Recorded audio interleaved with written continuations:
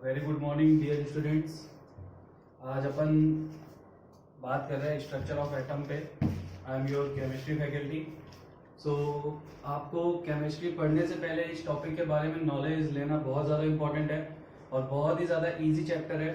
तो आप लोग अपना फोकस अच्छे से रहो और आपने प्रीवियस क्लासेस में इसको पढ़ा होगा। तो अपन आज बेसिक फंडामेंट पे बात करने जा रहे हैं स्ट्रक्चर ऑफ एटम के। तो जैसे कि नाम है, उससे पहले मैं आपको थोड़ी सी बेसिक बातें बता देता कि केमिस्ट्री अगर अपन पढ़ रहे हैं तो कैसे पढ़ेंगे। ठीक है, तो सबसे पहली बात,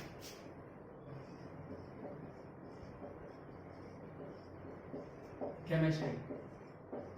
आप ये बात जान लीजिए कि अगर आप जेई या नीट की प्रिपरेशन कर रहे हो तो ये सबसे ज्यादा इंपॉर्टेंट पार्ट होता है जेई और नीट के लिए। क्योंकि अगर आप एग्जामिनेशंस में देखोगे या प्रीवियस किसी ने आपके बड़े ने एग्जाम दिया हो तो आप उससे बात कर सकते हो, सबसे ज्यादा स्कोरिंग सब्जेक्ट होता है केमिस्ट्री। आपकी किसी भी फील्ड में, चाहे वो फील्ड जेई की हो चाहे वो फील्ड नीट की हो, सबसे ज्यादा स्कोरिंग पार्ट होता है केमिस्ट्री। ये इजी भी है, डिफिकल्ट भी है, सब कुछ है इसमें। लेकिन अगर आप इसे अच्छे से फोकस करो तो बहुत इजीली समझ में आने वाला टॉपिक होता है केमिस्ट्री। तो बेसिकली केमिस्ट्री में मैं आपको बता देता, केमिस्ट्री को 3 पार्ट्स में डिवाइड किया गया है। पहला पार्ट होता है फिजिकल केमिस्ट्री,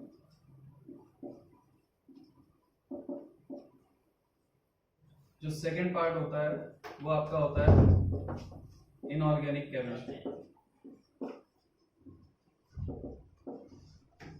और जो थर्ड पार्ट होता है वो आपका होता है ऑर्गेनिक केमिस्ट्री।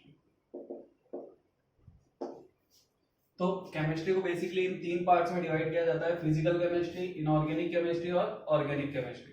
अब बात कर लेते हैं कि इनमें होता क्या है। तो आप लोग बेसिक थोड़ा सा इजीली आप समझ जाओ, आगे आगे जैसे अपन पढ़ेंगे तो आप इन सब चीजों के बारे में अच्छे से समझ जाओगे। बट मैं आपको यहाँ पे बेसिक बता देता कि जो फिजिकल केमिस्ट्री होता है ये कंटेन करता है numerical part.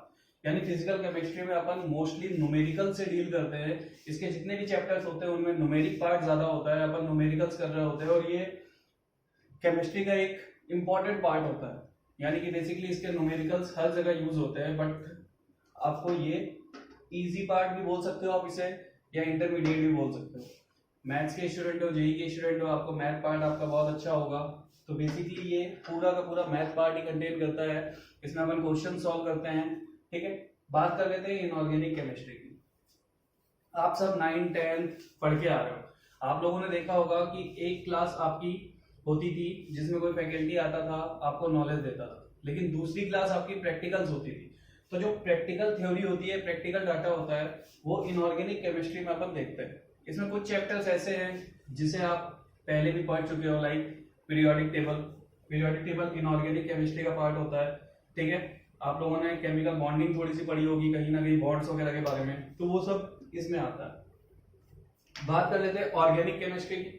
Organic chemistry generally reactions पे डील करती है। यानी जितने ऑर्गेनिक, देखो नाम ही सजेस्ट करता है, ऑर्गेनिक का मतलब क्या जानते हो आप, सब जानते हो कि लिविंग थिंग्स जो भी होती है, लिविंग चीजें होती हैं, उनसे डील करने वाला चैप्टर है। तो इसमें मोस्टली रिएक्शंस होती हैं जो बहुत ज्यादा इंपॉर्टेंट होती हैं। बट ये अपन कभी भी स्टार्ट नहीं कर सकते स्टार्टिंग से, क्योंकि इसके लिए अपन को थोड़ा बहुत बेसिक का नॉलेज होना चाहिए, बॉन्ड्स वगैरह पता होने चाहिए, थोड़ी सी बेसिक अपना अच्छा हो तो अपन ऑर्गेनिक केमिस्ट्री को इजीली समझ सकते हैं। तो अपन आज जो स्टार्ट कर रहे हैं वो इस पार्ट से थोड़ा सा स्टार्ट करेंगे। यानी एक चैप्टर अपना स्ट्रक्चर ऑफ एटम, जो इसका भी पार्ट होता है और कहीं कहीं इसका भी पार्ट होता है। ठीक है, तो अपन जो पहला चैप्टर स्टार्ट कर रहे हैं वो है स्ट्रक्चर ऑफ एटम। ठीक है, तो आप लोग ये चीज केमिस्ट्री में थोड़ा सा देख लो कि केमिस्ट्री को 3 पार्ट्स में डिवाइड किया गया है। फिजिकल केमिस्ट्री जो न्यूमेरिकल कंटेन करता है, इनऑर्गेनिक केमिस्ट्री जो आपका जो भी आपके लेबोरेटरीज में प्रोसेस होती हैं वो सब इससे डील की जाती है, और ऑर्गेनिक केमिस्ट्री में जनरली रिएक्शंस होती है हाइड्रोकार्बन्स की, जिसमें कार्बन और हाइड्रोजन, इस टाइप की रिएक्शंस ऑर्गेनिक केमिस्ट्री डील करता है। ठीक है, तो अपन इस बेसिक से हटके चलते हैं अपने पहले टॉपिक की तरफ।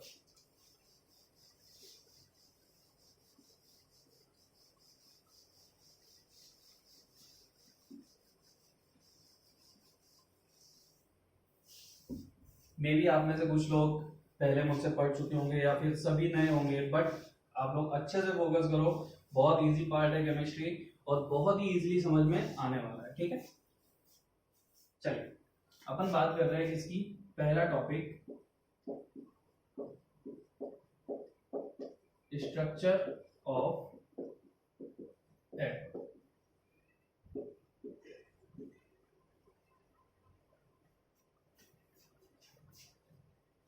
देखिए नाम से सजेस्ट हो रहा है कि हमें एटम के स्ट्रक्चर के बारे में बात करनी है। तो आप सब जानते हो कि एटम क्या होता है। आपने सुना होगा कि atom is the smallest particle which may or may not have independent existence.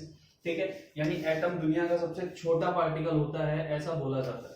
अब पहले आपको पता है, बहुत पहले जब ये नाम नहीं दिया गया था तो लोगों को ये बात पता थी कि सारी चीजें नेचर में जो भी चीज एग्जिस्ट कर रही है वो छोटे छोटे पार्टिकल से मिलकर बनी हुई है, लेकिन वो पार्टिकल है कौन से, क्या नाम है उनका, ये कोई नहीं जानता था।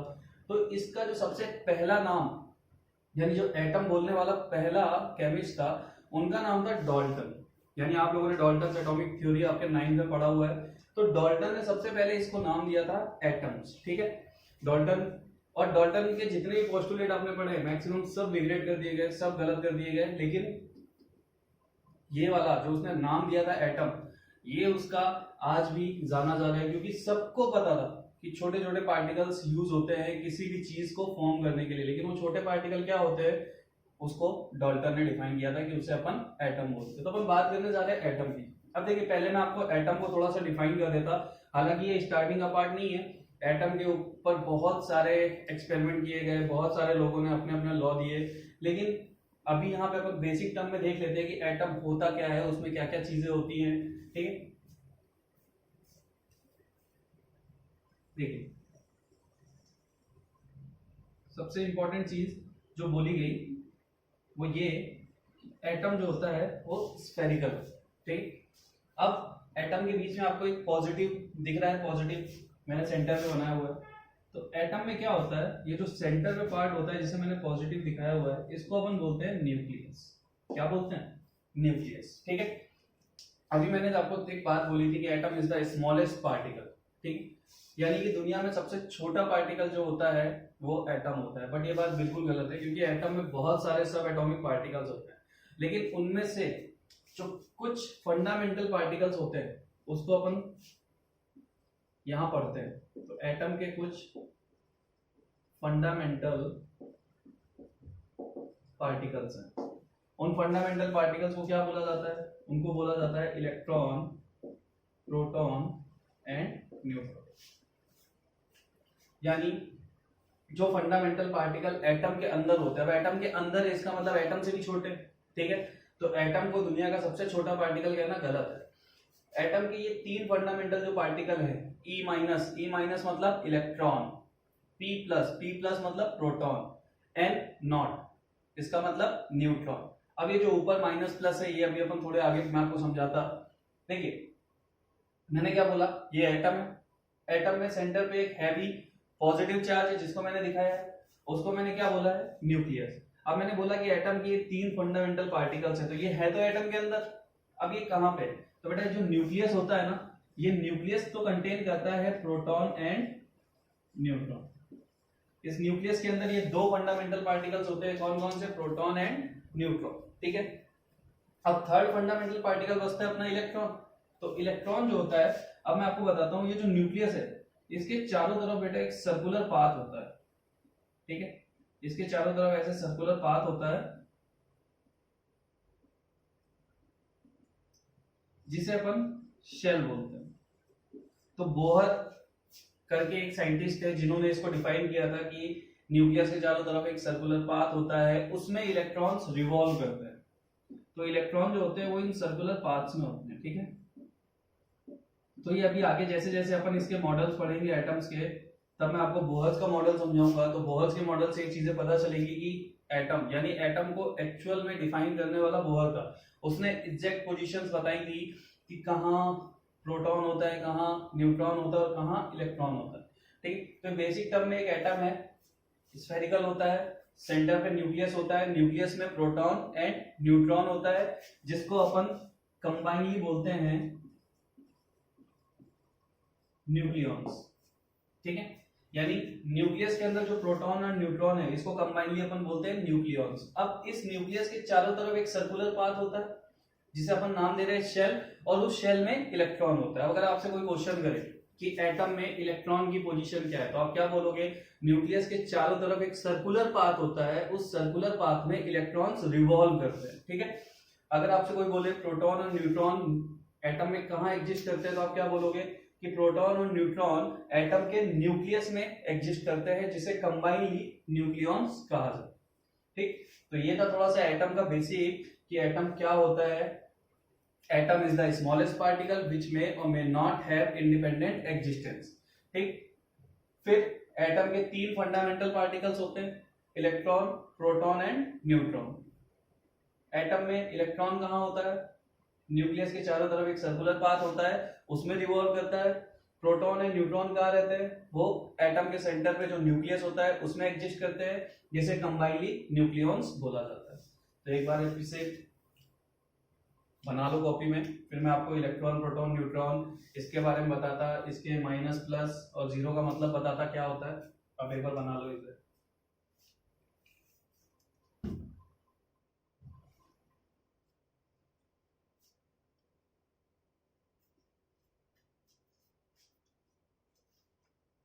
चलिए मैं रफ कर देता इन सब चीजों को।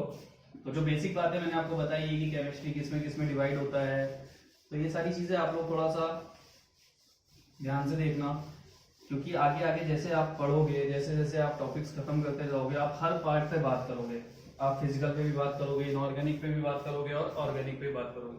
तो उससे पहले आपको पता होना चाहिए कि कौन सा पार्ट किस चीज से डील करता है, ठीक है। अब मैंने बता दिया, मैंने यहाँ पे बताया आपको कि एटम के तीन फंडामेंटल पार्टिकल्स होते हैं।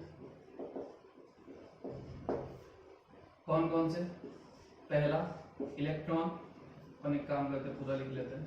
पहला होता है इलेक्ट्रॉन, जिसको अपन दिखाते हैं E माइनस से। सेकेंड होता है प्रोटॉन, जिसको अपन दिखाते हैं P प्लस से। और थर्ड होता है न्यूट्रॉन, जिसको अपन दिखाते हैं N से। अब फंडामेंटल पार्टिकल एटम के तीन होते हैं, इलेक्ट्रॉन, प्रोटॉन, न्यूट्रॉन। इलेक्ट्रॉन पे अपन ने चार्ज क्या दिखाया, माइनस। ये माइनस चार्ज क्या है, ये चार्ज इंडिकेट करता है। जैसे आप लोग देखते होंगे कुछ पार्टिकल्स नेगेटिव चार्ज कंटेन करते होंगे, कुछ पॉजिटिव चार्ज कंटेन करते होंगे, तो वैसे ही एटम का जो पहला फंडामेंटल पार्टिकल है इलेक्ट्रॉन, वो नेगेटिव चार्ज कंटेन करता है। जो दूसरा है प्रोटॉन, वो पॉजिटिव चार्ज कंटेन करता है। और न्यूट्रॉन पे देखो कोई चार्ज नहीं है, जीरो लिखा हुआ है, तो इसका मतलब ये कोई भी चार्ज कंटेन नहीं करता। अब मैं आपको एक छोटा सा डाटा दे देता कि इलेक्ट्रॉन का मास क्या होता है और इसके चार्ज की वैल्यू क्या होती है, यानी इन तीनों का मास क्या होता है, इन तीनों का चार्ज क्या होता है। पहले आप एक बार इसको लिख लीजिए और इसको अच्छे से याद कर लेना, फिर मैं आपको किसी भी एटम में कितने इलेक्ट्रॉन, कितने प्रोटॉन, कितने न्यूट्रॉन हैं ये निकालना सिखा। तो देखिए पहला है इलेक्ट्रॉन E माइनस, इसका मास होता है 9.1 into 10 to the power minus 31 kg। 9.1 into 10 to the power minus 31 kg electron का मास होता है। चार्ज की वैल्यू होती है 1.6 into 10 to the power minus 19 coulomb. C मतलब कूलॉम, ठीक है। तो ये होता है इलेक्ट्रॉन का mass 9.1 into 10 to the power minus 31 kg, और ये होता है उसका charge 1.6 into 10 to the power minus 19 coulomb. अब इलेक्ट्रॉन का चार्ज कैसा है, माइनस, तो ये वैल्यू अपन माइनस कंसीडर कर लेते हैं, ठीक। बात कर लेते हैं प्रोटॉन की। प्रोटॉन का मास होता है 1.6732 into 10 to the power minus 27 kg। इसका मास कितना होता है 1.6732 into 10 to the power minus 27 kg। और चार्ज कितना होता है, तो आप लोग एक बात याद रखो, इलेक्ट्रॉन और प्रोटॉन पे चार्ज की वैल्यू जो मैग्नीट्यूड होता है सेम ही होता है, वैल्यू सेम होती है। तो इसका भी कितना है 1.6 into 10 to the power minus 19 coulomb. अब इस पे चार्ज कैसा है बेटा, पॉजिटिव, तो ये वैल्यू कैसी होगी, पॉजिटिव, ठीक है। बात कर लेते हैं न्यूट्रॉन की। तो आप एक बात याद रखना, न्यूट्रॉन और प्रोटॉन का मास लगभग सेम होता है। जब भी अपन कभी कैलकुलेशन करते हैं तो उनके मास को सेम ही लेके चलते हैं, लेकिन यहाँ पे जब अपन लिख रहे हैं तो थोड़ा सा डिफरेंस दिखा के लिखेंगे। जो एक्चुअल में डिफरेंस होता है, तो उसका मास होता है 1.7635 इंटू 10⁻⁻27 kg। अब देखो 1.6732 1.6735 कितना छोटा माइनर सा चेंज है, बाकी पूरी वैल्यू सेम है। अब इस पे चार्ज क्या है, जीरो, तो इसके चार्ज की वैल्यू क्या हो जाती है, जीरो, यानी इस पे किसी भी टाइप का चार्ज नहीं होता। इलेक्ट्रॉन और प्रोटॉन बेटा बहुत पहले ढूंढे जा चुके थे, लेकिन न्यूट्रॉन नहीं ढूंढा जा पा रहा था। क्यों? क्योंकि इलेक्ट्रॉन और प्रोटॉन पे चार्ज थे, तो इसको किसी भी फील्ड में यानी निगेटिव और पॉजिटिव फील्ड में रखा जाता था, तो पॉजिटिव वाला निगेटिव की तरफ, निगेटिव वाला पॉजिटिव की तरफ मूव कर देता था, जिससे इनकी डिस्कवरी हो गई। आप लोगों ने कभी ना कभी सुना होगा that opposite charges attract each other and same charges repel each other. तो अपोजिट चार्ज का मतलब क्या है, सपोज करो ये निगेटिव है, ये निगेटिव है, अगर मैं इनको सामने रखूंगा तो ये एक दूसरे को दूर करेंगे, हटाएंगे एक दूसरे को। बट ये निगेटिव है और ये पॉजिटिव, अगर मैं इनको सामने रखूंगा तो ये पास पास आएंगे। अब सपोज करो इलेक्ट्रॉन है, इलेक्ट्रॉन को अपन ने किसी पॉजिटिव फील्ड में रखा, तो इलेक्ट्रॉन क्या करेगा, उसकी तरफ मूव करेगा। तो जब उसने मूव किया तो इसकी डिस्कवरी हुई, वो भी मैं आपको डिटेल में बताऊंगा, ठीक है। तो ये थे उनके मास और चार्ज की वैल्यू, जो एटम के फंडामेंटल पार्टिकल्स है, एक बार नोट कर लीजिए।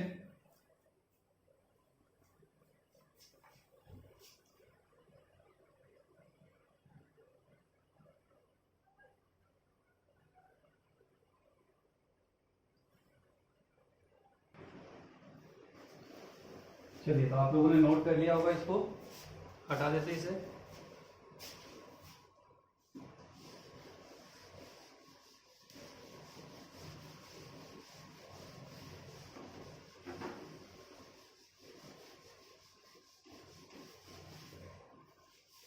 बेटा आप लोगों ने सबसे पहली चीज आपको पता है कि आपने पीरियोडिक टेबल आप सबने देखी होगी, उसमें 118 एलिमेंट्स है। अब उन एलिमेंट्स को पीरियोडिक टेबल में सिंबल के फॉर्म में लिखा रहता है। तो अपन पहले एक बार देखते हैं,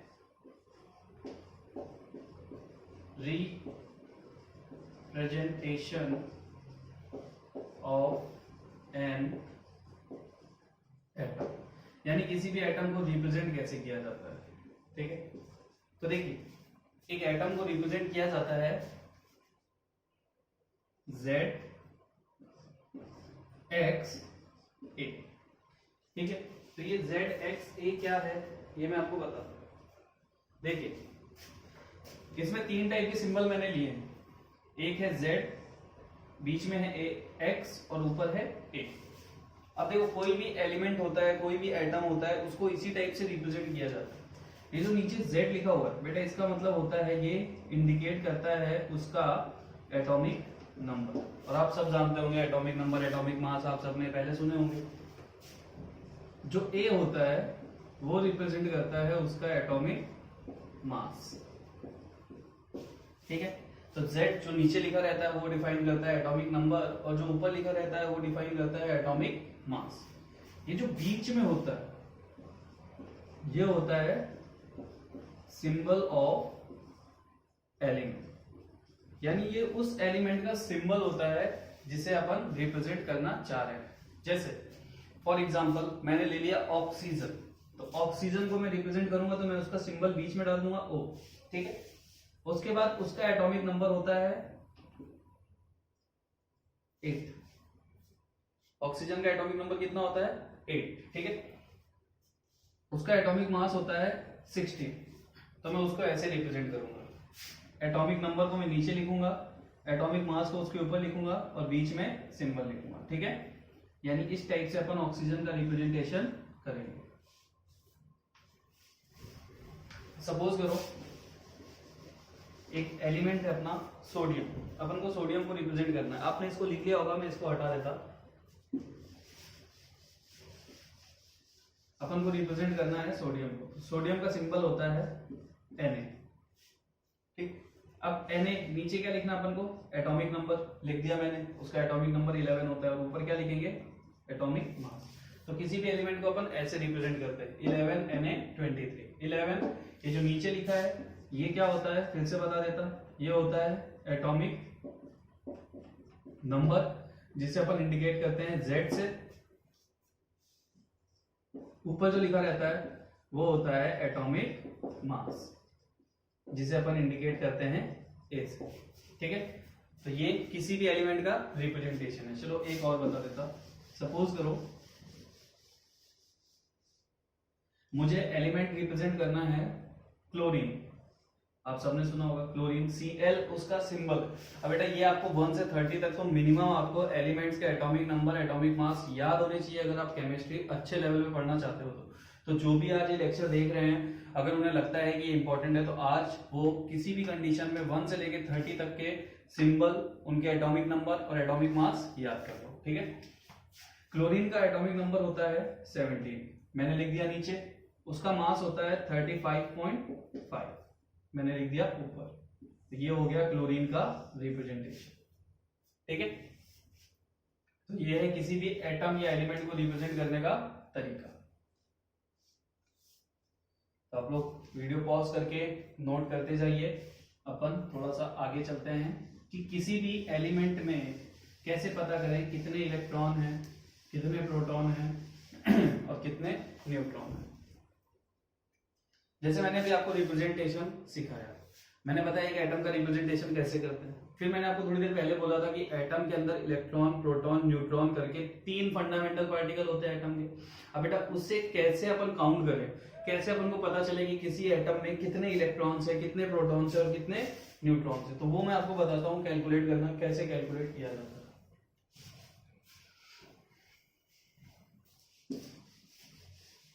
आई होप आप लोग एंजॉय कर रहे होंगे, बहुत इजी पार्ट है, पहला लेक्चर है।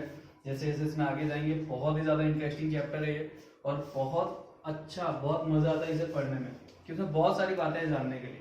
आज भी रिसेंट में भी जो एक्सपेरिमेंट हो रहे हैं, जो भी चीजें होती है वो इन्हीं चैप्टर्स पे होती है, स्ट्रक्चर ऑफ एटम, ठीक है। तो अपन क्या करने जा रहे हैं,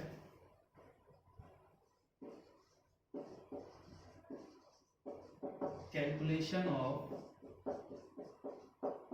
number of electron, proton and neutron, ठीक है। अपन क्या करने जा रहे हैं, कैलकुलेशन करने जा रहे हैं इलेक्ट्रॉन, प्रोटॉन एंड न्यूट्रॉन का। यानी किसी भी एटम में कितने इलेक्ट्रॉन, कितने प्रोटॉन और कितने न्यूट्रॉन है, ये अपन कैलकुलेट करने जा रहे हैं। डाल दी होगी आप लोगों ने हेडिंग। चलिए, मैंने भी आपको थोड़ी देर पहले रिप्रेजेंटेशन बताया था। रिप्रेजेंटेशन मैंने कैसे बताया था कि सेंटर पे अपन लिखते हैं किसी भी एलिमेंट का सिंबल, नीचे अपन लिखते हैं उसका बेटा एटॉमिक नंबर और ऊपर अपन लिखते हैं उसका एटॉमिक मास। जैसे मैंने मान लो मैंने एलिमेंट ले लिया कार्बन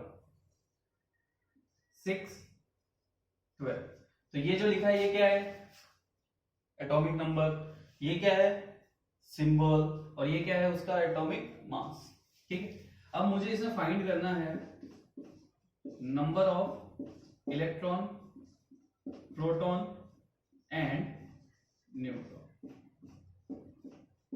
तो इसके लिए मैं आपको बता देता, देखिए पहले एक छोटी सी बेसिक सी चीज जान लो कि एटम कैसा कैसा होता है। ये देखो ये लिखा हुआ है जनरली C, नीचे एटॉमिक नंबर, ऊपर एटॉमिक मास है, इसको अभी मैं नहीं रिप्रेजेंट कर रहा C। अब इस पे ऊपर बेटा कोई भी चार्ज दिख रहा है क्या, पॉजिटिव, नेगेटिव, कुछ भी नहीं दिख रहा। तो ये कैसा है, ये एक न्यूट्रल एटम है। ये कैसा है, न्यूट्रल एटम। एटम न्यूट्रल कब होता है, जब उस पे किसी भी टाइप का कोई चार्ज ना दिखे। बट एक एटम मैंने लिखा सोडियम और उसके ऊपर लिख दिया पॉजिटिव। अब इसमें और इसमें डिफरेंस आ गया ना, इसके ऊपर कोई भी चार्ज नहीं था लेकिन इसके ऊपर एक पॉजिटिव चार्ज है, इसका मतलब ये एटम न्यूट्रल नहीं है। इसे अपन क्या बोलेंगे, तो इसे अपन बोलेंगे कैटायन। कोई भी एलिमेंट, जितने भी एलिमेंट अगर उसके ऊपर पॉजिटिव चार्ज है तो वो कहलाता है कैटायन, ये सब आप जानते हो। और कैटायन कैसे फॉर्म होता है वो थोड़ा सा मैं बता देता, यानी ये Na+ कैसे फॉर्म हुआ होगा। तो देखिए जो सोडियम एलिमेंट है, सोडियम एलिमेंट में जो भी इलेक्ट्रॉन, तो सोडियम एलिमेंट के ऊपर मैंने चार्ज दिखाया +1, इसका मतलब इसने एक इलेक्ट्रॉन अपने में से निकाला है। इस सोडियम ने, जब ये सोडियम एक इलेक्ट्रॉन निकाल लेगा तो इसके ऊपर एक पॉजिटिव चार्ज आएगा जिसे अपन क्या बोलेंगे, कैटायन। कैटायन हमेशा पॉजिटिव चार्ज लेते हैं, यानी ये क्या बन गया, कैटायन, ठीक है। तो ये न्यूट्रल नहीं है, न्यूट्रल ये है, इसके ऊपर कोई चार्ज नहीं है लेकिन इसके ऊपर चार्ज है तो ये न्यूट्रल नहीं है। अपन क्या बोलेंगे, ये कैटायन है। जैसे सपोज करो मैग्नीशियम, मैग्नीशियम भी एक मेटल है। ये क्या करता है, ये दो पॉजिटिव चार्ज कंटेन कर लेता है। कैसे? जब इसने दो इलेक्ट्रॉन निकाले होंगे, यानी जितने पॉजिटिव चार्ज किसी मेटल के ऊपर होंगे आप समझ जाना कि उसने उतने ही इलेक्ट्रॉन खुद में से बाहर किए। तो ये भी क्या बन गया, कैटायन। ये न्यूट्रल नहीं है बट ये न्यूट्रल है। थर्ड नंबर पे अपन लेते हैं aluminium. Aluminium 3 positive charge contain करता है। कैसे करेगा, 3 इलेक्ट्रॉन निकाल। वेरी गुड, ये समझ रहे होगे आप लोग। तो 3 इलेक्ट्रॉन उसने निकाले, उसने अपने ऊपर कौन सा चार्ज लिया, +3। अब इन दोनों में से मैं पूछूं न्यूट्रल कौन है, तो ये न्यूट्रल है क्या, नहीं है, ये न्यूट्रल है। ठीक है, तो आप समझ गए एलिमेंट न्यूट्रल कब होता है, जब उसके ऊपर कोई चार्ज नहीं होता। अगर एलिमेंट के ऊपर पॉजिटिव चार्ज है तो उसे अपन क्या बोलते हैं, कैटायन। पॉजिटिव चार्ज कैसे जनरेट होता है, जब एलिमेंट अपने में से बेटा इलेक्ट्रॉन निकालता है तो वो पॉजिटिव चार्ज खुद पे जनरेट करता है। कितने पॉजिटिव चार्ज वो जनरेट कर सकता है, जितने इलेक्ट्रॉन वो निकालेगा। कुछ एलिमेंट 1 इलेक्ट्रॉन निकालने की टेंडेंसी रखते हैं, कुछ 2 निकालने की टेंडेंसी रखते हैं, कुछ 3 निकालने की टेंडेंसी रखते हैं। तो जितनी उनकी इलेक्ट्रॉन निकालने की टेंडेंसी है उतना ही उस पर पॉजिटिव चार्ज आएगा। और अगर किसी एलिमेंट पे पॉजिटिव चार्ज है तो उसे अपन बोलते हैं कैटायन। ठीक है, तो ये न्यूट्रल और कैटायन ये आप समझ गए, यानी पॉजिटिव चार्ज वाला। अब बात कर लेते हैं निगेटिव चार्ज की।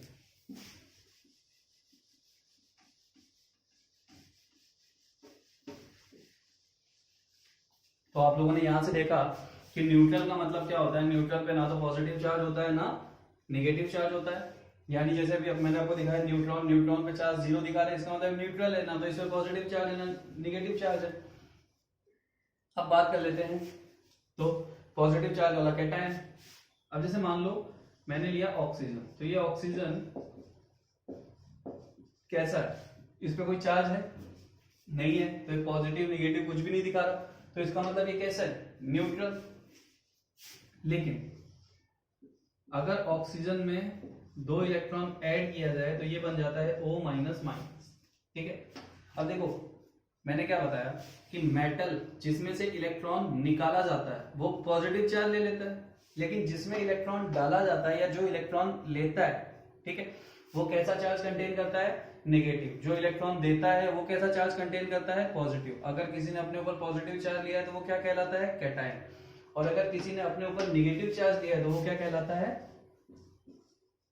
एनायन। ठीक है, तो अब देखो ये न्यूट्रल है या ये न्यूट्रल, ये न्यूट्रल है क्योंकि इसके ऊपर कोई चार्ज नहीं है, और ये न्यूट्रल नहीं है, इसने कैसा चार्ज लिया हुआ है, निगेटिव। कितना निगेटिव है, 2 निगेटिव। 2 निगेटिव क्यों आया, क्योंकि इसने 2 इलेक्ट्रॉन लिए। जितने लेगा उतने ही निगेटिव चार्ज आएंगे और जितने देगा उतने ही पॉजिटिव चार्ज आएंगे। जैसे फ्लोरीन, फ्लोरीन 1 इलेक्ट्रॉन लेता है और कन्वर्ट हो जाता है F- में। अब इसने 1 इलेक्ट्रॉन लिया, इसके ऊपर चार्ज कितना आया, 1 निगेटिव। ये न्यूट्रल है कि ये न्यूट्रल है, ये न्यूट्रल है, ये न्यूट्रल नहीं है। तो आपने एक चीज देखा कि किसी भी एलिमेंट्स में से इलेक्ट्रॉन निकाले या डाले जा सकते हैं। तो इलेक्ट्रॉन को तो हम निकाल या डाल सकते हैं, लेकिन प्रोटॉन न्यूट्रॉन के साथ तो मैंने ऐसी कोई चीज बताई नहीं आपको, सिर्फ इलेक्ट्रॉन के साथ बताई। तो इसका मतलब किसी भी एलिमेंट में से आप इलेक्ट्रॉन को निकाल भी सकते हो और उसमें डाल भी सकते हो। जैसे अपन मान लेते हैं, एक और ले लेते हैं, नाइट्रोजन। नाइट्रोजन को अगर 3 इलेक्ट्रॉन दिए जाएं तो ये कंटेन करता है N-, यानी इसको आप कंडेंस करके ऐसे भी लिख सकते हो N-3। इसको आप ऐसे भी लिख सकते हो O-2। ठीक है, तो नाइट्रोजन ने 3 इलेक्ट्रॉन रिसीव किए। अब देखो रिसीव करना कैसे पता चलेगा और डोनेट करना कैसे पता चलेगा। ये जो एरो है, इस एरो की टेल की तरफ अगर इलेक्ट्रॉन है तो इसका मतलब उसने रिसीव किए, और अगर इस एरो के हेड की तरफ इलेक्ट्रॉन ऐड हो रहे हैं तो इसका मतलब उसने डोनेट किए। तो इसने 3 निगेटिव चार्ज लिए, कब लिए, जब इसने 3 इलेक्ट्रॉन लिए। ठीक है, तो ये हो गया आपका कैटायन, एनायन और न्यूट्रल में थोड़ी सी जानकारी। वो मैंने क्यों बताया बेटा, क्योंकि अभी अपन जब कैलकुलेट करेंगे तो अपने पास ऐसे फंडामेंट्स आएंगे जिसमें न्यूट्रल पे अलग नंबर्स आ रहे होंगे इलेक्ट्रॉन प्रोटॉन के, एनायन पे अलग आ रहे होंगे और कैटायन पे अलग आ रहे होंगे। तो जल्दी से आप लोग इसे नोट करते हुए चलो, फिर अपन आगे बात करते हैं calculation of number of electron, proton and neutrons की। आई होप आप सब समझ रहे होंगे, तो आप इसे जल्दी से नोट कर लो। बहुत इजी है और आपने पहले कभी ना कभी पढ़ा है। ठीक है,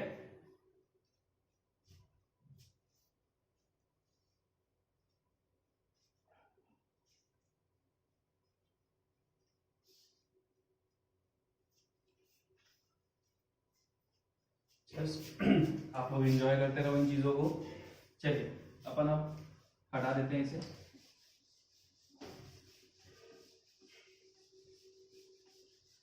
तो पहले अपन जो बात कर रहे हैं वो बात कर रहे हैं न्यूट्रल एलिमेंट्स में कैसे नंबर ऑफ इलेक्ट्रॉन, प्रोटॉन और न्यूट्रॉन देखे जाए। तो देखो न्यूट्रल एलिमेंट है, इसमें कोई चार्ज नहीं दिख रहा है, ठीक। अब न्यूट्रल एलिमेंट में जो नंबर ऑफ इलेक्ट्रॉन्स होते हैं वो होते हैं is equal to number of Z, और जेड को अपन क्या बोलते हैं, एटॉमिक नंबर। यानी न्यूट्रल एलिमेंट में इलेक्ट्रॉन के नंबर इस नंबर के बराबर होते हैं। जो नंबर अगर न्यूट्रल है एलिमेंट, उस पर कोई पॉजिटिव नेगेटिव चार्ज नहीं है, तो उसके नीचे जो नंबर लिखा है उसमें उतने ही इलेक्ट्रॉन होते हैं। बात कर लेते हैं प्रोटॉन की। तो प्रोटॉन भी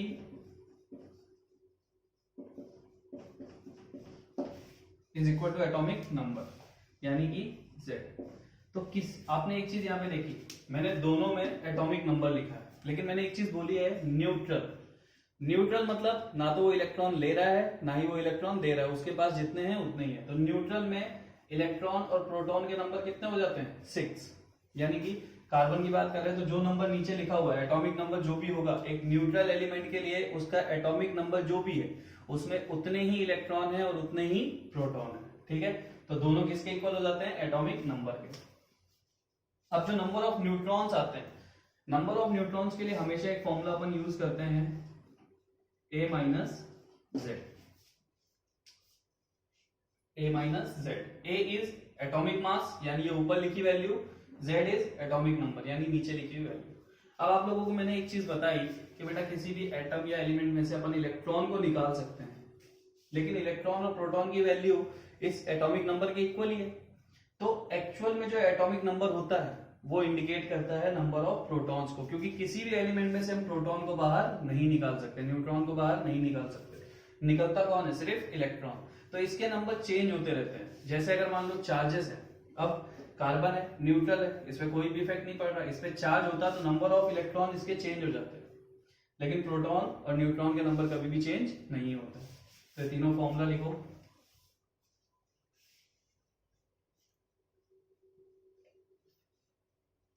देख लिया, तो अपन आप कैलकुलेट करते हैं।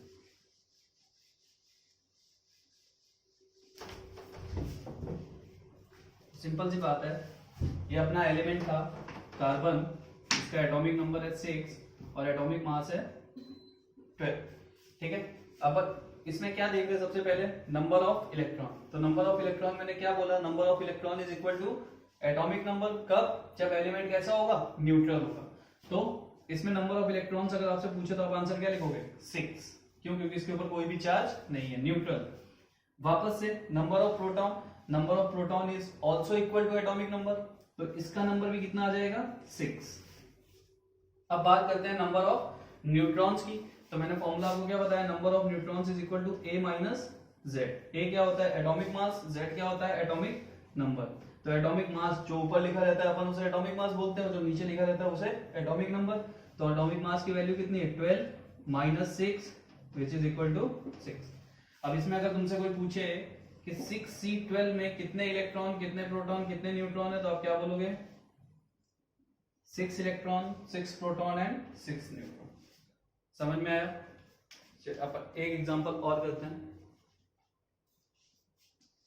पहले न्यूट्रल की करेंगे, फिर अपन पॉजिटिव और निगेटिव चार्ज की करेंगे। दूसरा एग्जांपल में लेता आपका oxygen 8O16, atomic number, atomic mass, symbol. अब इसमें वापस से हमें क्या निकालना है, number of electrons, protons and neutrons.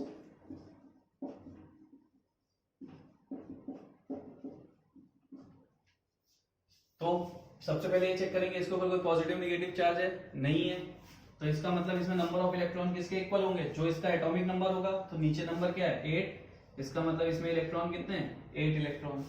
Proton, proton तो कभी भी निकाले और डाले नहीं जा सकते, प्रोटॉन के साथ छेड़छाड़ हो ही नहीं सकती, तो प्रोटॉन तो हमेशा एटॉमिक नंबर के इक्वल ही होगा, तो वो भी कितने हैं, 8 प्रोटॉन। और बात की जाए न्यूट्रॉन की, तो न्यूट्रॉन कितना है, 16 minus 8 which is equal to 8 neutron. ठीक है, चलिए एक एग्जांपल और करते हैं।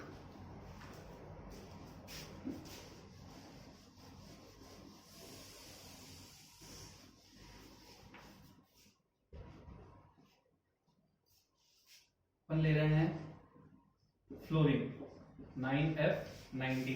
ठीक है, नीचे एटॉमिक नंबर, ऊपर एटॉमिक मास, इस पे कोई भी चार्ज नहीं है, इसका मतलब न्यूट्रल है। सिंबल बीच में फ्लोरीन का F होता है, तो नंबर ऑफ इलेक्ट्रॉन कितने आ जाएंगे? नंबर ऑफ इलेक्ट्रॉन आ जाएंगे 9 electron. Number of electron is equal to atomic number, तो एटॉमिक नंबर नीचे लिखा हुआ है कितना है? 9। नंबर ऑफ प्रोटॉन, ये तो ऑलवेज एटॉमिक नंबर के इक्वल होगा, तो कितने हो जाएंगे? 9 इलेक्ट्रॉन। और नंबर ऑफ न्यूट्रॉन, तो नंबर ऑफ न्यूट्रॉन कैसे निकालते हैं अपन? एटॉमिक मास में से एटॉमिक नंबर को माइनस करके, यानी 19 minus 9 which is equal to 10। तो ये आ गए इसके number of electron, proton and neutron. अब मैंने आपको कुछ एग्जांपल्स करा दिए, कुछ मैं आपको देता हूं, आप लोग कीजिए और आंसर निकाल के देखिए कि आपके आंसर सही है। चलिए, पहला 11 Na23, second 13 Al27, third 14 Si28,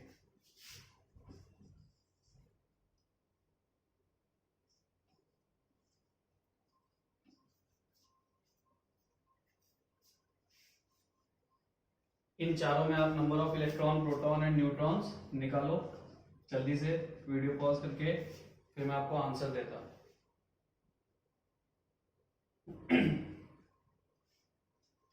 चलिए, तो आप लोगों ने वीडियो पॉज करके अच्छे से निकाल लिया होगा, मैं आपको इसके आंसर्स बताता। नंबर ऑफ, अपन इधर लिखेंगे इलेक्ट्रॉन, इधर लिखेंगे प्रोटॉन और इधर लिखेंगे न्यूट्रॉन। सबसे पहले 11 Na23। Na किसका सिंबल है? सोडियम का। सोडियम में इलेक्ट्रॉन कितने होंगे, किसके इक्वल होंगे? तो उसके एटॉमिक नंबर के। एटॉमिक नंबर कहाँ होता है सिंबल के? नीचे साइड। इसका मतलब इसमें इलेक्ट्रॉन के नंबर कितने हैं? 11।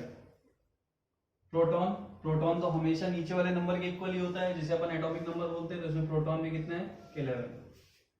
न्यूट्रॉन कितने हैं?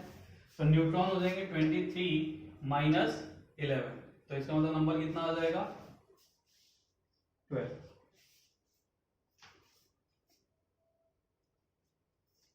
ठीक है, पहला answer. Second, number of electron 13, number of proton वो भी 13, एटॉमिक नंबर के equal. Number of neutron 27 minus 13 which is equal to 40। इसमें 14 इलेक्ट्रॉन, 14 प्रोटॉन और 28 माइनस 14 कितना हो जाएगा? 14। इसमें तीनों equal, 14 electron, 14 proton and 14 neutron. ये SI सिंबल होता है सिलिकॉन का। Al सिंबल होता है एल्यूमिनियम का। तो आप लोग 1 से 30 तक आज की डेट में अच्छे से एटॉमिक नंबर, एटॉमिक मास याद कर लो, उनके सिंबल्स याद कर लो। 16S32, S होता है सल्फर। एटॉमिक नंबर यानी कि उसमें नंबर ऑफ इलेक्ट्रॉन कितने होंगे? 16। नंबर ऑफ प्रोटॉन कितने होंगे? 16। और नंबर ऑफ न्यूट्रॉन भी कितने होंगे? 16। तो ये आपके आंसर्स हैं, मैच कर लो। तो ये जो अपन ने number of electron, proton and neutron का कैलकुलेशन किया बेटा, ये किसके लिए किया? न्यूट्रल एलिमेंट्स के लिए। फिर मैंने आपको बता दिया न्यूट्रल के अलावा दो टाइप के एलिमेंट होते हैं, एक जो पॉजिटिव चार्ज कंटेन करते हैं जिसे अपन कैटायंस बोलते हैं, और एक जो नेगेटिव चार्ज कंटेन करते हैं जिन्हें अपन एनायंस बोलते हैं। तो अब अपन उन पे कैलकुलेट करेंगे। तो मैंने आपको बताया कि किसी भी एलिमेंट में से बेटा, किसी भी एलिमेंट में से फंडामेंटल पार्टिकल्स में से सिर्फ इलेक्ट्रॉन मूव करते हैं, यानी इलेक्ट्रॉन निकलते या डलते हैं। प्रोटॉन और न्यूट्रॉन के साथ कोई भी छेड़छाड़ नहीं होती। तो इलेक्ट्रॉन के नंबर में ही चेंजेस आएंगे, प्रोटॉन न्यूट्रॉन सेम ही रहने वाला है।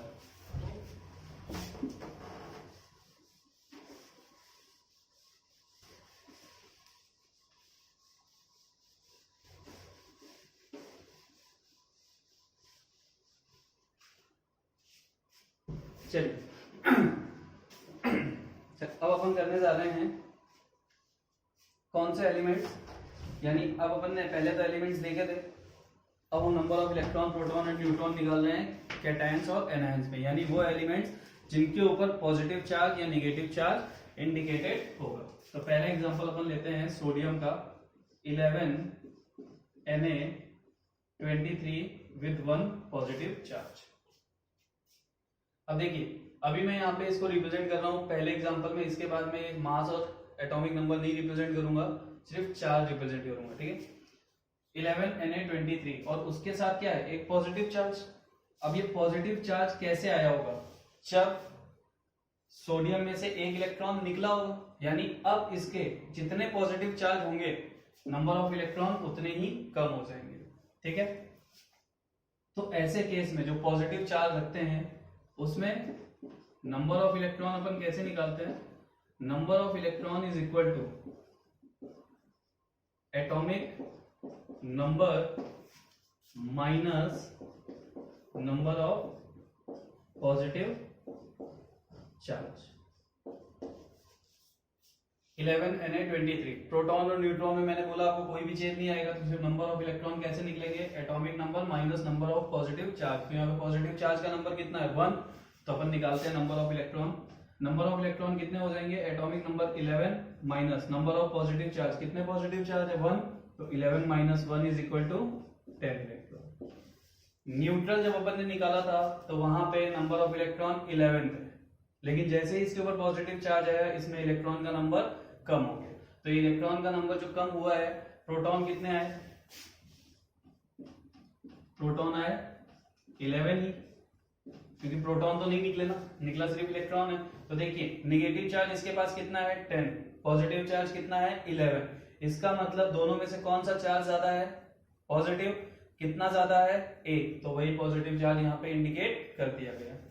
नंबर ऑफ न्यूट्रॉन में भी कोई भी चेंज नहीं आएगा, वो भी आप क्या करोगे, मास माइनस एटॉमिक नंबर, तो उसका आंसर भी आ जाएगा 12 यानी बाकी दोनों आंसर्स में किसी भी टाइप से कोई चेंज नहीं आएगा, जो भी चेंज आएगा वो किसमें आएगा, सिर्फ इलेक्ट्रॉन में, ठीक है।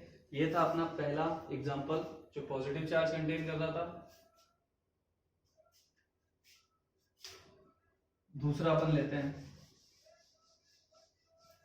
अब मैं मास और एटॉमिक नंबर नहीं इंडिकेट करूंगा, सिर्फ चार्ज इंडिकेट करूंगा। दूसरा है Mg plus plus. Number of electron अपन को निकालना है Mg। Mg का बेटा एटॉमिक नंबर कितना होता है 12, तो atomic number minus number of positive charge, positive charge का नंबर कितना है 2, which is equal to 10 electron. तो इसमें इलेक्ट्रॉन कितने हैं 10, लेकिन नंबर ऑफ प्रोटॉन में कोई भी चेंज नहीं आएगा, number of proton is equal to atomic number, और मैग्नीशियम का एटॉमिक नंबर होता है 12, तो इसका मतलब 12 प्रोटॉन। अब बात करते हैं नंबर ऑफ न्यूट्रॉन्स की, तो नंबर ऑफ न्यूट्रॉन्स भी चेंज नहीं होंगे, इसका मास होता है 24, तो 24 minus 12 which is equal to 12 neutron. अब देखिए इसमें निगेटिव चार्ज कितना है 10, पॉजिटिव चार्ज कितना है 12, ज्यादा कौन सा है पॉजिटिव चार्ज, कितना ज्यादा है 2, तो वही 2 पॉजिटिव चार्ज यहाँ पे इंडिकेटेड है।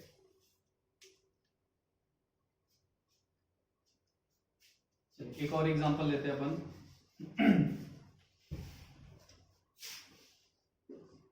Al+3 एल्यूमिनियम, और एल्यूमिनियम पे नंबर ऑफ पॉजिटिव चार्ज कितना है +3। अब इसमें अपन निकालते हैं कितने इलेक्ट्रॉन, कितने प्रोटॉन और कितने न्यूट्रॉन। इसका एटॉमिक नंबर होता है 13, ठीक है, atomic number minus number of positive charge, positive charge का नंबर कितना है +3, तो 3 माइनस कर दो, यानी कि पॉजिटिव चार्ज कितने हैं +3। तो अपन को ये चार्ज नहीं लेना है, सिर्फ वैल्यू लेनी है, तो कितना माइनस किया अपन ने 3, इसका मतलब आंसर कितना आया 10। इसके पास इलेक्ट्रॉन कितने हैं 10। प्रोटॉन की बात करें तो प्रोटॉन में कोई भी चेंज नहीं आएगा, 13 ही रहेंगे, और न्यूट्रॉन की बात करें न्यूट्रॉन में भी कोई चेंज नहीं आएगा, 14 ही रहेंगे। इसके पास total negative charge 10, total positive charge 13, तो पॉजिटिव चार्ज ज्यादा है नेगेटिव पॉजिटिव, कितना 3, तो वही 3 पॉजिटिव चार्ज इंडिकेटेड है।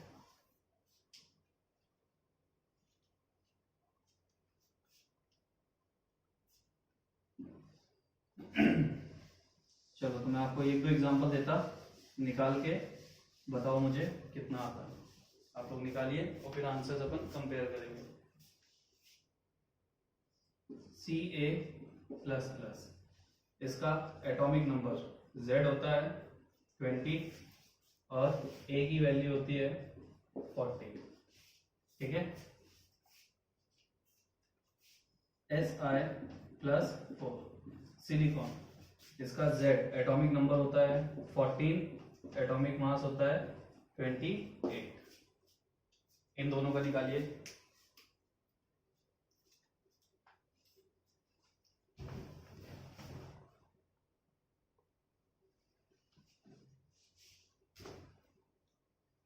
टाइम देखना कितना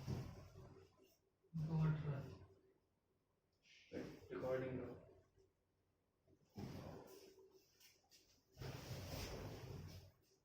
पैंतालीस 46 मिनट।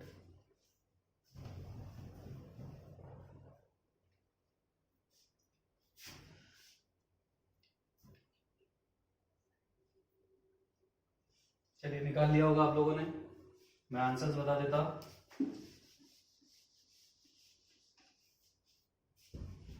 पहला क्या था Ca++, इसमें अपन को नंबर ऑफ इलेक्ट्रॉन काउंट करना है। तो नंबर ऑफ इलेक्ट्रॉन के लिए मैंने फॉर्मूला क्या बताया, atomic number minus number of positive charge.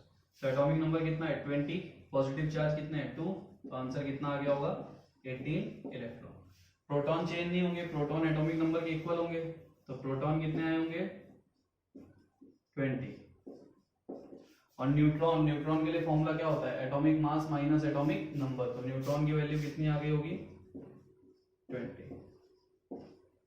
तो समझ में आया होगा आपको दो पॉजिटिव चार्ज क्यों है, क्योंकि यहाँ पे नंबर ऑफ प्रोटॉन ज्यादा है। इसकी बात कर लेते हैं सिलिकॉन+4। अब इसमें अपन को निकालना है, ठीक है। तो इसका फॉर्मूला क्या हो जाएगा atomic number minus number of positive charge. Atomic number कितना है 14, पॉजिटिव चार्ज का नंबर कितना है 4, तो 14 - 4 is equal to 10 electron. Proton का नंबर इसी नंबर के इक्वल रहेगा, उसमें कोई भी चेंज नहीं आएगा, तो प्रोटॉन कितने हो जाएंगे 14 प्रोटॉन।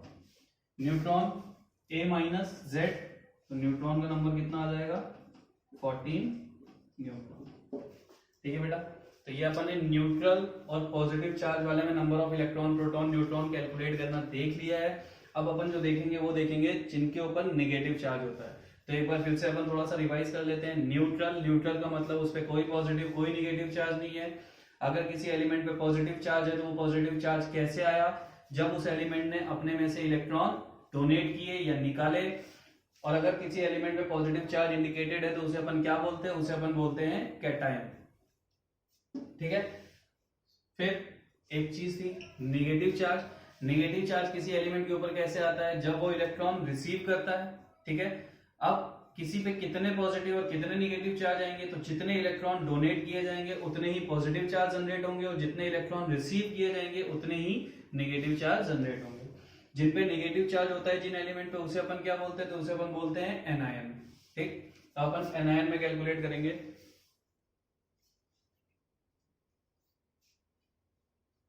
तो एटॉमिक नंबर, एटॉमिक मास, ये सारी चीजें आपको पता चल गई। चलिए अब बात कर लेते हैं calculation of number of electron proton and neutrons in elements having negative charge और एनायंस। पहला एग्जांपल अपन लेते हैं F-, ठीक है। आप सबको पता है इसके Z की वैल्यू होती है 9 और इसका मास होता है 19। अब देखो इसमें अभी अपन ने जो सॉल्व किया था उसमें पॉजिटिव चार्ज था, इसमें नेगेटिव चार्ज है। तो ये जो पॉजिटिव और नेगेटिव चार्ज ये तो सिर्फ इलेक्ट्रॉन के मूवमेंट से है, प्रोटॉन और न्यूट्रॉन का तो इसमें कोई भी पार्टिसिपेशन है नहीं, तो उसमें कोई चेंज यहाँ पे भी नहीं आएगा। तो पहले अपन नंबर ऑफ इलेक्ट्रॉन के लिए फॉर्मूला लिख लेते हैं, यानी जिन पे नेगेटिव चार्ज होगा उनमें नंबर ऑफ इलेक्ट्रॉन कैसे निकाले जाएंगे। Number of electron is equal to Z मतलब atomic number plus number of negative charge. यानी पॉजिटिव चार्ज जिनके ऊपर होता है वहां पे ये वैल्यू माइनस की जाती है, यानी जितने नंबर ऑफ पॉजिटिव चार्ज होते हैं उनको माइनस किया जाता है, और नेगेटिव चार्ज के केस में जितने नंबर ऑफ नेगेटिव चार्ज होते हैं उनको एटॉमिक नंबर में ऐड कर दिया जाता है। चलिए अपन नंबर ऑफ इलेक्ट्रॉन निकालते हैं इसके अंदर। इसका एटॉमिक नंबर कितना है 9, नंबर ऑफ नेगेटिव चार्ज कितना है 1, तो 1 है, तो क्या होगा, ऐड हो जाएगा, इसमें इलेक्ट्रॉन कितने आ गए, 10 इलेक्ट्रॉन। बात की जाए प्रोटॉन की, प्रोटॉन में कोई भी चेंज नहीं रहेगा, वो नंबर ऑफ एटॉमिक नंबर के इक्वल ही रहेगा। तो प्रोटॉन कितने हैं, 9 proton. Number of neutron, neutron कितने हैं, 19 minus 9 which is equal to 10 neutron. अब आपको यहां से क्लियरली दिख रहा होगा कि इसके ऊपर नेगेटिव चार्ज क्यों है, क्योंकि बेटा इसके पास नेगेटिव कितने इलेक्ट्रॉन कितने हैं, 10, प्रोटॉन कितने हैं, 9। कौन सा चार्ज ज्यादा है इसके पास, नेगेटिव चार्ज, और कितना ज्यादा है, 1, तो वही नेगेटिव चार्ज यहाँ पे इंडिकेटेड है।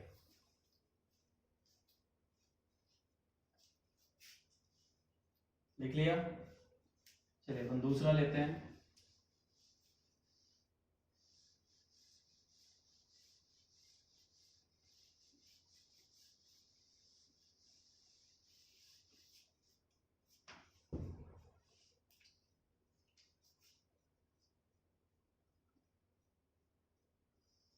O-2।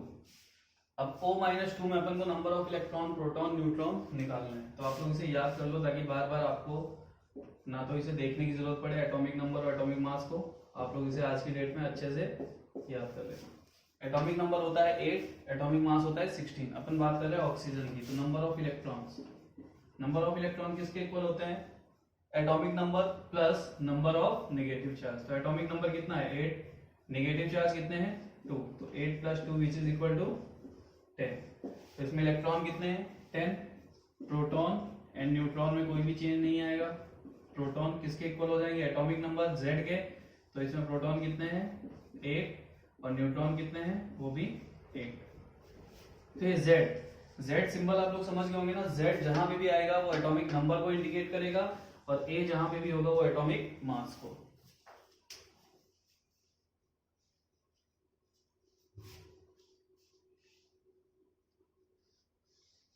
नेक्स्ट अपन लेते हैं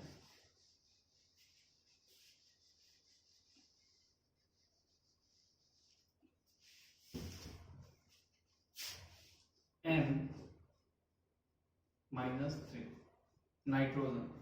Z होता है 7, A की वैल्यू होती है 40। इलेक्ट्रॉन, प्रोटॉन, न्यूट्रॉन के नंबर अपन को फाइंड करने हैं। तो इलेक्ट्रॉन का नंबर क्या हो जाएगा, atomic number plus number of negative charge. तो नंबर ऑफ नेगेटिव चार्ज कितने हैं, 3। Atomic number plus number of negative charge which is equal to 10। तो इसमें 10 इलेक्ट्रॉन है। प्रोटॉन के नंबर कितने हो जाएंगे, proton is equal to number of Z, तो कितने हो जाएंगे, 7। न्यूट्रॉन कितने हो जाएंगे, 14 minus 7 which is equal to 7। तो ये हो गया आपके number of electron, proton and neutron N-3। आप देख सकते हो नेगेटिव चार्ज 10 है, पॉजिटिव 7 है। नेगेटिव ज्यादा है, कितना ज्यादा है, 3, तो वही 3 यहाँ पे इंडिकेटेड है।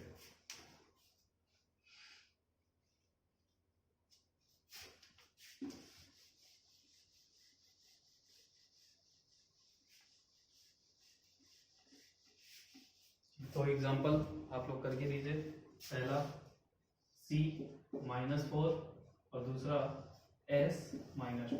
ये दो एग्जांपल आप number of electron, proton, neutron video pause करके जल्दी से निकाल के बताइए।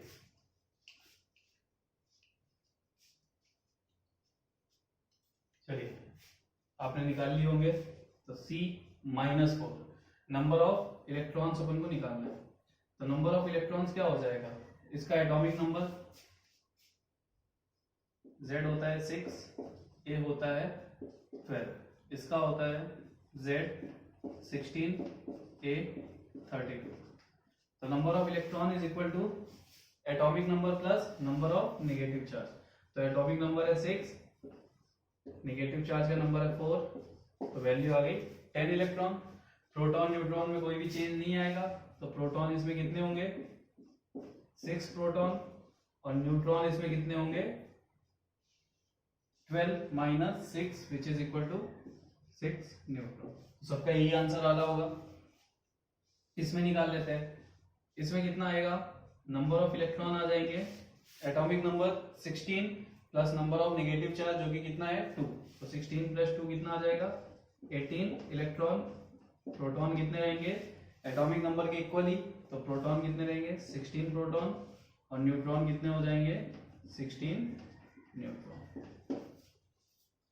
तो अपन ने बेटा बेसिक देखा एटम क्या होता है, उसके fundamental particle electron proton neutron को देखा, इलेक्ट्रॉन प्रोटॉन न्यूट्रॉन पे चार्ज कितना होता है, मास कितना होता है, ये सारी चीजें देखी अपन ने, ठीक है। उसके बाद न्यूट्रल एलिमेंट क्या होता है, कैटायन क्या होता है, एनायन क्या होता है, इस पे अपन ने बात की। न्यूट्रल एलिमेंट में number of electron proton neutron निकालना अपन ने सीखा, पॉजिटिव चार्ज यानी कैटायन पे निकालना सीखा, और एनायन पे number of electron proton neutron निकालना सीखा।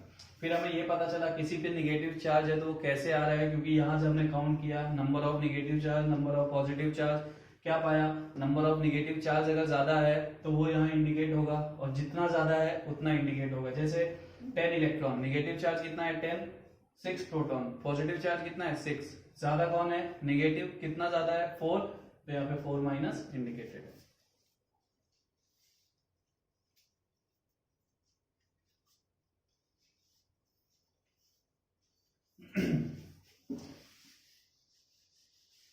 तो बेसिकली आज अपन ये तो नहीं देख पाएंगे कि इलेक्ट्रॉन प्रोटॉन न्यूट्रॉन ढूंढे कैसे गए थे, discovery of electron proton neutron, but next lecture में इसकी डिस्कवरी मैं आपको जरूर बताऊंगा कैसे हुई, कैसे ढूंढा गया। बट अभी के लिए आप ये जान लो कि इनको किसने, इनको ढूंढने वालों के नाम क्या थे।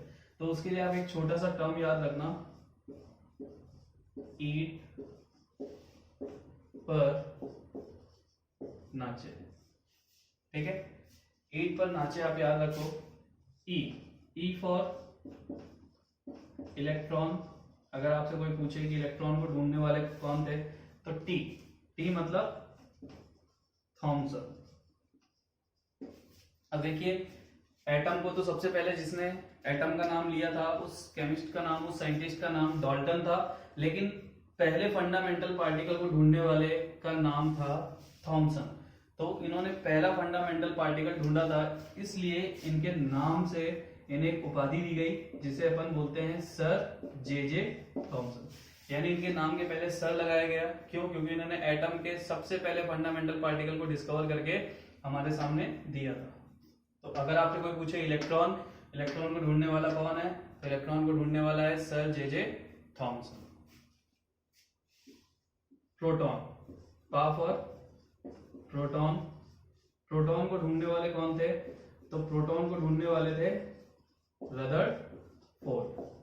यानी प्रोटॉन की खोज किसने की, तो प्रोटॉन की खोज करने वाले थे रदरफोर्ड। अब रदरफोर्ड ने सिर्फ प्रोटॉन को नहीं ढूंढा था, रदरफोर्ड ने प्रोटॉन के साथ साथ एक और चीज ढूंढी थी जिसका नाम था, यानी मैं इसको यहां पे दे देता हूं। मैंने आपको स्टार्टिंग में बताया था कि एटम के अंदर सेंटर पे एक पॉजिटिव चार्ज कंटेनर होता है जिसे अपन न्यूक्लियस बोलते हैं। तो रदरफोर्ड ने ही न्यूक्लियस की भी खोज की थी। इनका एक एक्सपेरिमेंट है जो भी अपन आगे इस टॉपिक में पढ़ेंगे। यानी वो एटम का जो डायग्राम मैंने आपको दिया था वो डायग्राम आज हम जानते हैं, आज से पहले हमें नहीं पता था। जब ये सब मॉडल वगैरह आए थे, थॉमसन वगैरह, इन्होंने सबने अपने अपने मॉडल दिए थे, तब किसी ने नहीं बताया था कि एटम के अंदर उनके fundamental particles electron proton neutron की एक्चुअल पोजीशन क्या होती है। वो बताया था बोहर ने, जो कि बहुत लेट आया था, मे बी 1913 में वो मॉडल हमारे सामने दिया गया था, जिसमें हमें पता चला था कि इलेक्ट्रॉन प्रोटॉन और न्यूट्रॉन की एक्चुअल पोजीशन एटम में कहां होती है, ठीक है। थर्ड नंबर पे अपन आ जाते हैं न्यूट्रॉन। तो न्यूट्रॉन को ढूंढने वाले का नाम था जेम्स चैडविक। तो ये आप हमेशा याद रखना, अगर आपसे कोई पूछे इलेक्ट्रॉन को डिस्कवर किसने किया था, तो थॉमसन।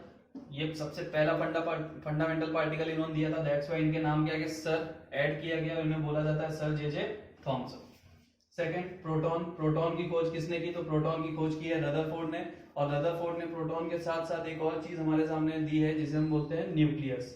थर्ड न्यूट्रॉन की खोज किसने की, तो न्यूट्रॉन की खोज की है जेम्स चैडविक ने, ठीक है। तो ये आप नोट कर लीजिए।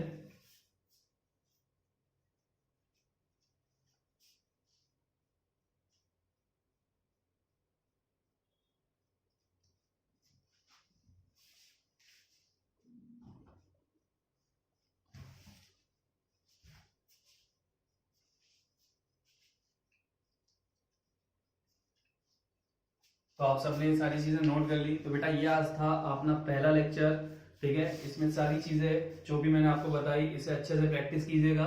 ये बेसिक टर्म्स है, इलेक्ट्रॉन प्रोटॉन न्यूट्रॉन के नंबर्स निकालना है ऑल, तो आप लोग इस पे थोड़ा सा अच्छे से, ये बेसिक है, क्या होता है उसका मास, क्या होता है एटॉमिक नंबर, किस पे कितना होता है, इसके लिए आपको 1 से 30 तक एटॉमिक नंबर, एटॉमिक मास अच्छे से याद करना है आज की डेट में। उनके सिंबल क्या होते हैं किसी एलिमेंट के, ये सारी चीजें जब आपको पता होंगी तभी ये बेसिक्स आपके क्लियर होंगे।